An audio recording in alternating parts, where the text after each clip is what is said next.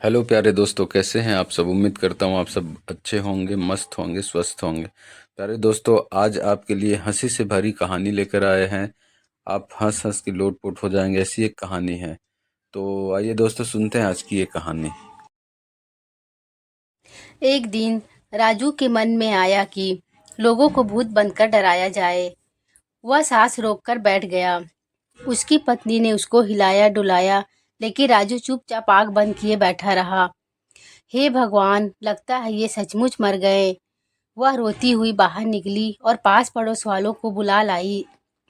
राजू उसी तरह बिना सांस लिए, बिना हिले डुले बैठा था। पड़ोसियों ने भी समझा कि राजू मर गया है, अब इसका दाह संस्कार करना चाहिए। वे बोले। वे राजू को लेकर नदी किनारे आए। उसे लकड़ियों के ढेर पर लिटा दिया, फिर उसके ऊपर और लकड़ियां रख दी। राजू ने जब देखा कि पड़ोसी चिता में आग लगाने जा रहे हैं, तो वह लकड़ियां फेंक कर वहां उठ खड़ा हुआ। जब पड़ोसियों ने राजू को इस तरह उठकर खड़ा होते देखा, तो भूत भूत चिल्लाते हुए गांव की तरफ भागे। राजू उनके पीछे रुको रुको कहते हुए भागा। गांव पहुंचकर वे बोले, राजू मरकर भूत बन गया है और गांव की तरफ आ रहा है। इतना सुनना था कि सारे गांव वाले अपने घरों में घुस गए और दरवाजे बंद कर लिए। जब राजू गांव में पहुंचा तो वहां सन्नाटा छाया हुआ था। राजू अपने घर की तरफ चल दिया। राजू की पत्नी नागम्मा ने भी सुन लिया था कि उसका पति भूत बन गया है। उसने भी जल्दी से घर का दरवाजा बंद करके कुंडा लगा लिया। घर पहुंचकर राजू बोला, नागम्मा दरवाजा खोलो, मैं राजू हूँ। तुम राजू नहीं, राजू की भूत हो। कृपया करके यहाँ से चले जाओ। मैं तुम्हारा बहुत अच्छी तरह से श्राद्ध कर दूंगी और ब्राह्मणों को भोजन भी कराऊंगी। बस तुम यहाँ से चले जाओ। राजू बेचारा दरवाजा खटखटाता रहा, पर नागम्मा ने दरवाजा नहीं खोला। अप्पा, अब मैं क्या करूं? मेरी पत्नी भी मेरा विश्वास नहीं कर रही है कि मैं भूत नहीं हूँ। राजू ने सारे दिन से कुछ नहीं खाया था। अब उसे बहुत जोरों की भूख लगी थी। मुझे कौन भोजन देगा जब मेरी पत्नी भी मुझे भूत समझ रही है? वह चलते चलते गांव के मंदिर पहुंचा। चलो रात यहीं काट लेता हूँ। सुबह जब पुजारी प्रसाद चढ़ाने आएगा तो उससे प्रसाद लेकर खा लूंगा। राजू मूर्ति के पीछे छिपकर बैठ गया और पुजारी की प्रतीक्षा करने लगा। रात बीती, सुबह हुई। गांव वालों ने धीरे से दरवाजे खोले और बाहर झांका। राजू का भूत कहीं दिखाई नहीं दिया। सब लोग घरों से बाहर आ गए और अपने काम धंधों में लग गए। पुजारी भी प्रसाद बनाने लगा। प्रसाद बनाया, बड़े बनाए, लड्डू बनाए। फिर सारा प्रसाद एक थाली में सजाकर मंदिर की तरफ चल दिया। मंदिर में पहुंचकर उसने प्रसाद की थाली एक ओर रख दी। फिर कुएं से पानी निकाली और मंदिर धोने लगा। तभी राजू मूर्ति के पीछे से निकला और बोला, स्वामी, आज आपने बड़ी देर कर दी। मैं कब से आपकी प्रतीक्षा कर रहा हूँ। इतना सुनना था कि पुजारी बाल्टी पटक कर गांव की तरफ भागा। उसके पीछे पीछे राजू स्वामी स्वामी कहता हुआ भाग रहा था। गांव वालों ने जब राजू को पुजारी के पीछे आते देखा तो फिर से अपने अपने घरों में घुस गए और दरवाजे बंद कर लिए। राजू एक बार फिर अपने घर गया, लेकिन नागम्मा ने दरवाजा नहीं खोला।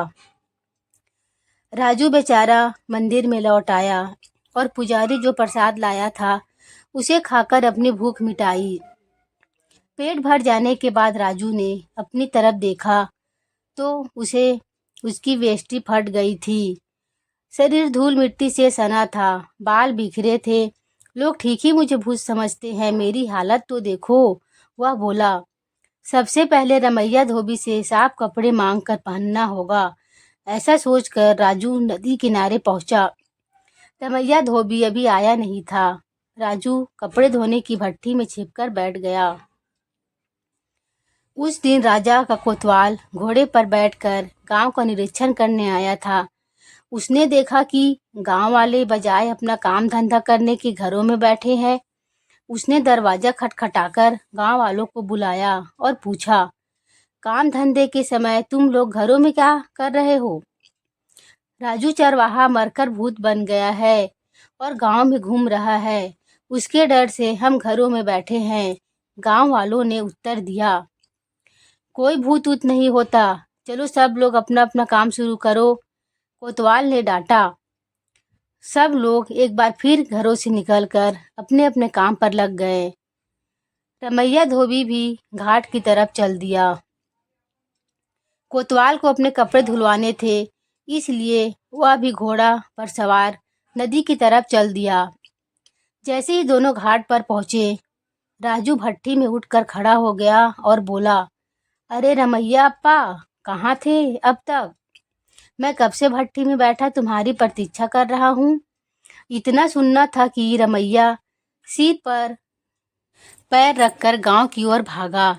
कोतवाल भी सरपट घोड़ा दौड़ाता गांव से दूसरी तरफ भागा। गांव वाले फिर से अपने अपने घरों में घुस गए। राजू ने धोबी के कपड़ों में से एक साफ वेष्टी और एक कमीज निकाली।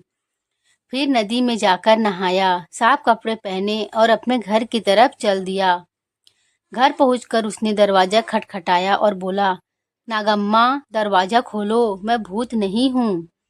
अरे जब मैं मरा ही नहीं तो भूत कैसे बन सकता हूँ? हमने तुम्हें मरा हुआ देखा था। नागम्मा अंदर से बोली। न तुम सांस ले रहे थे न हिल डोल रहे थे। मैं समझा था कि मैं मर रहा हूँ, इसलिए मैं सांस रोककर बिना हिले डोले लेट गया था। राजू ने कहा, असल में एक यात्री ने मुझे एक सूत का धागा दिया था और कहा था जिस दिन यह धागा खो जाए उस समय मैं मरने वाला हूँ। तुम दरवाजा खोलकर देखो तो मैं मरा नहीं हूँ, जीवित हूँ। नागम्मा ने धीरे धीरे दरवाजा खोला।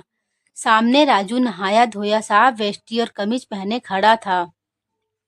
यह भूत नहीं लग रहा था। नागम्मा ने सोचा। फिर उसने हाथ बढ़ाकर राजू को छुआ और जोर से चिकोटी काटी। अप्पा, राजू चिल्लाया। नागम्मा समझ गई कि राजू भूत नहीं है।